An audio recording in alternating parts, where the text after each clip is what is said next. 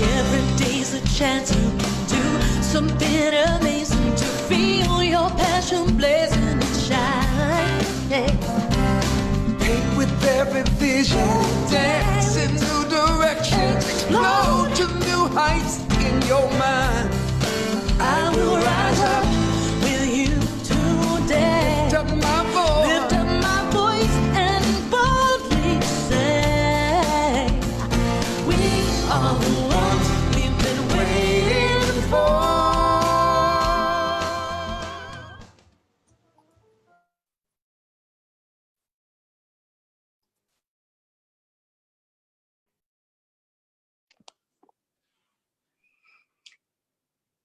Hello, everyone, and welcome to AGNT Speaks, where each Wednesday we join together with your AGNT Leadership Council to share a meditation, an affirmative prayer, or a power-packed mindful message. So I'm your host, Erin McCabe, and I come to you live from my home near Unity Village, Missouri, where I serve as the Senior Minister of Unity Village Chapel.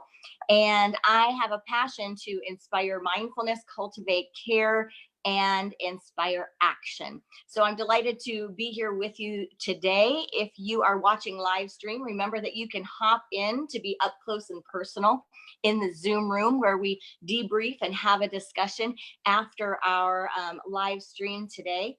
But I want to welcome the Reverend David Alexander. David served in Oregon and now he is serving in Atlanta, Georgia. And so he is coming to us live from Atlanta, where he serves a spiritual community there. So David, welcome. And what do you have for us today? Good afternoon, Erin from Unity, and good afternoon, AGNT. Hello, everybody. It's so great to be here. And, you know, today I want to simply do a breathing meditation. I want to give some context to that first. I think it's so important right now that we all just breathe. There's so much going on in the world. Not only the COVID-19 situation and any levels of anxiety or distress that we may or may not be experiencing, depending on our levels of comfort, privilege, and resource that we have access to. But there's also, because we're all home and we're perhaps plugged into social media a little bit more, we're also getting exposed to a lot of interesting things. In particular, some injustices that have been taking place. The lost life of Ahmaud Arbery and Breonna Taylor, and now this week, George Floyd. And so I just want to, you know, when these things hit me, what happens for me is that I'm reminded very powerfully that we have a teaching, we have a way of thinking in New Thought, religious science, unity, the New Thought principles, that is about the transformation of consciousness. And it is about changing our own lives through understanding what is at root in our consciousness that is not working, that is producing results that we're not happy with. And so I just posted earlier today on my Instagram page that anytime to be reminded that anytime that we are outraged by the injustice of the world, it's a reminder that we have been asked to accept a normal that is not natural. Right? We've been asked to accept a normal that's not natural. We're all wondering right now, when are we going to get back to normal? Well, we don't want to go back to normal because we were asked to accept a normal that was not natural. It didn't work. It didn't work for people of color. It didn't work for low-income wage earners. It didn't work. I mean, all kinds of ways in which it didn't work that are all being exposed right now. And so we want to go forward with something. And New Thought people, better than anybody else on the planet, know how to do this. They know how to apply the tools of consciousness to examine results that are not working, how to get to the root of that and change it. And so I'm asking for everyone who's feeling outraged, for everyone who's feeling tired, everyone who's feeling distressed about what they're seeing, to remind yourself that you have access to a power and a consciousness that has the ability to change the world. And if we don't apply it on a systemic level, then all we're using is what I call a theology of privilege. And if I'm just using it for me and mine, then I'm not really applying it in a way that embraces the oneness that the teaching is based on. So with that, I'm going to ask us to breathe, to breathe, to just do that. That's such a powerful tool. And as you take a moment to focus on the breath, releasing any tension, any anxiety, any sense of distress. Breathe in an inner sense of peace, wholeness, and well-being. Release any anxiety, tension, distress. Breathe in peace, wholeness, and release anxiety and distress.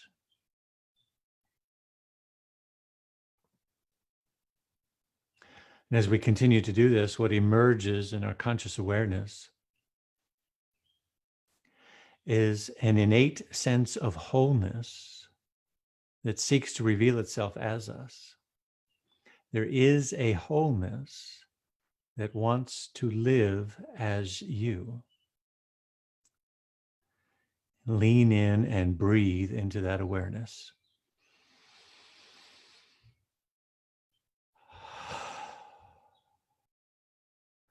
There is a wholeness that wants to live as the collective, as the experience of humanity, as the manifest expression of the allness of God.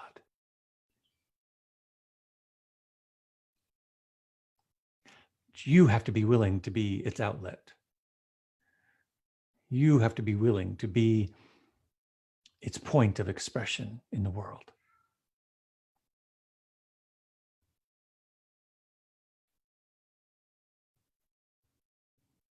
Are you willing?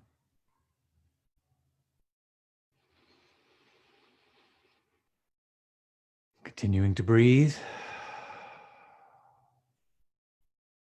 Breathe in that willingness. I'm willing to be a vessel for wholeness.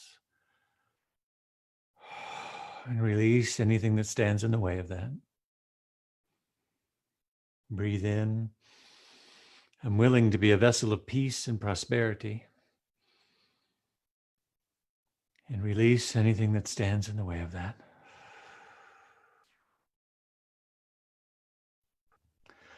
Breathing in. I'm willing to be a vessel of justice and harmony in the planet. And release anything that stands in the way of that.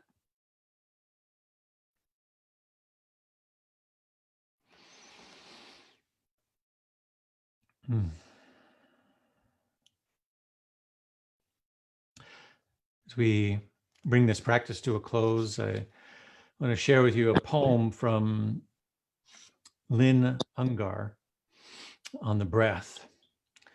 And it goes like this. Breathe, said the wind. How can I breathe at a time like this, when the air is full of smoke, of burning tires and burning lives? Just breathe, the wind insisted. Easy for you to say, if the weight of injustice is not wrapped around your throat, cutting off all air. I need you to breathe. I need you to breathe. Don't tell me to be calm when there is so much reason to be angry, so much cause for despair. I didn't say to be calm, said the wind. I said to breathe. We're going to need a lot of air to make this hurricane together. I didn't say to be calm. I said to breathe. We're going to need a lot of air to make this hurricane together. The New Thought people have been given the tools of consciousness to be able to change the world of effects when we see that the world is not working. The evidence is clear around us that there's a world of injustice, there's a world of white supremacy, there's a world of discrimination and disenfranchisement. It's not working. We need to breathe into the tools that we've been given, cultivate that sense that there is a wholeness that wants to live as us, and then release any anxiety that we have or resistance that we have to going about and doing the work to create that world. We got this. We have the capacity to do this, but we need to step up to the moment that is before us. That's what I know the Association for Global New Thought is committed to. That's why I'm so excited to be a part of its Leadership Council. And for everyone seeing, hearing, and receiving this message today, I invite you to lean in to what AGNT is doing, to join us in this effort, and to join us to lean into your local New Thought spiritual communities, because collectively we can begin to breathe this hurricane of change, of consciousness, of peace and justice into the planet. Thank you so much, David. That it's so on point. You know, I was going to sleep last night, and as I do, I pulled up some of the news articles, and I read this article about in the United States, the stimulus package and the monies that were set aside to feed children that are normally fed in schools right now. And as I'm reading this article and looking at the amount of money and how they're trying to transfer the money to cards and give those cards to parents so the parents can go to the grocery stores to get the food, and they haven't received, in most states, they haven't received a penny. And in some states, they've received a little. And I think there were only 2 states that have actually been able to implement. And there was even Utah saying that they just don't administratively have the capacity. So they're not even, they said no thanks to the money. And it was this initial, you know, your mind and your heart just exploding open right into the homes of those children that are food deprived right now, and thinking, and then the second wave hits to go, and you know this mentally, but to feel it in this ocean of experience, to have that second wave hit and go, this is so wrong. It's not just wrong because it's happening. It's wrong because it was happening before this was happening.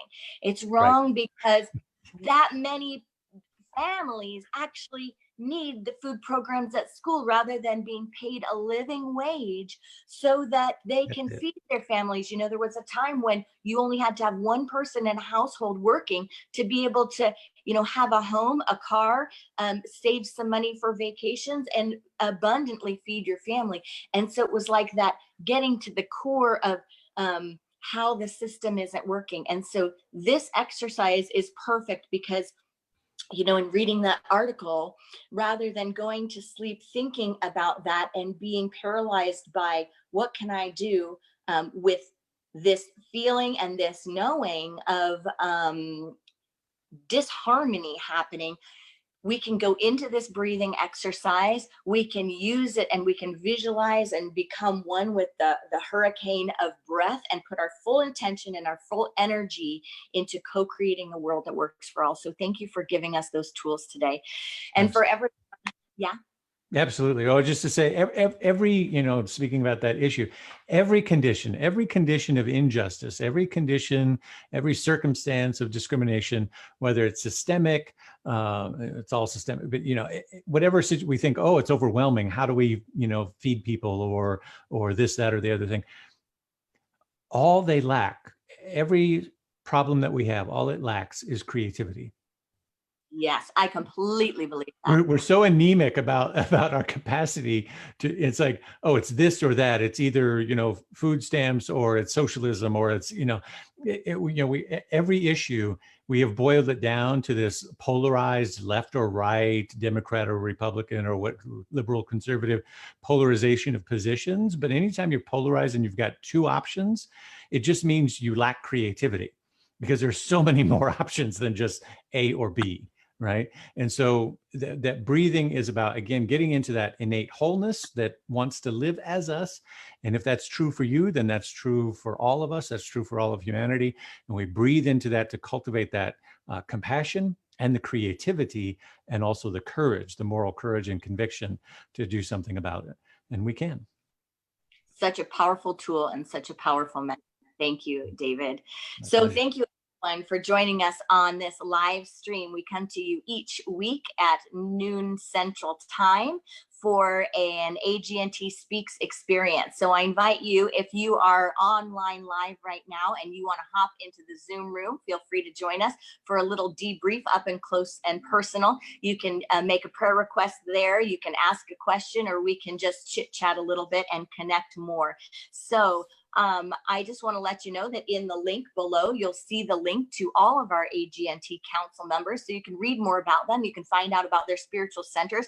And right now, when everyone's online, you can live stream any of our spiritual communities that are available to you each Sunday. And we also really encourage you to use those links to find a spiritual community near you. We have Agape, we have Centers for Spiritual Living, we have Unity, we have a lot of brothers and sisters in this New Thought movement.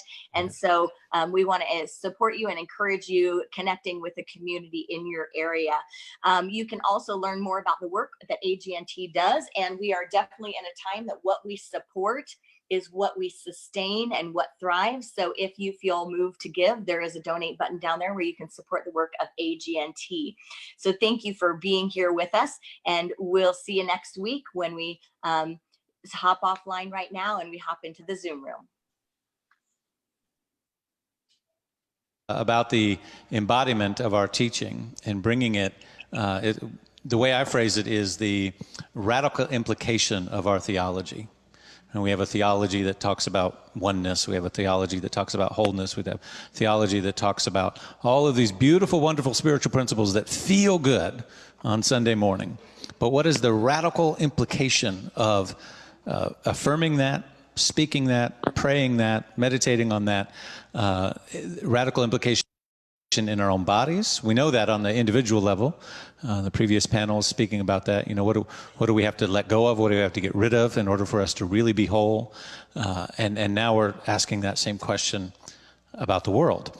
And so it means we have to have a moral courage and fortitude, and as ministers, as spiritual leaders, and as communities, find our voice.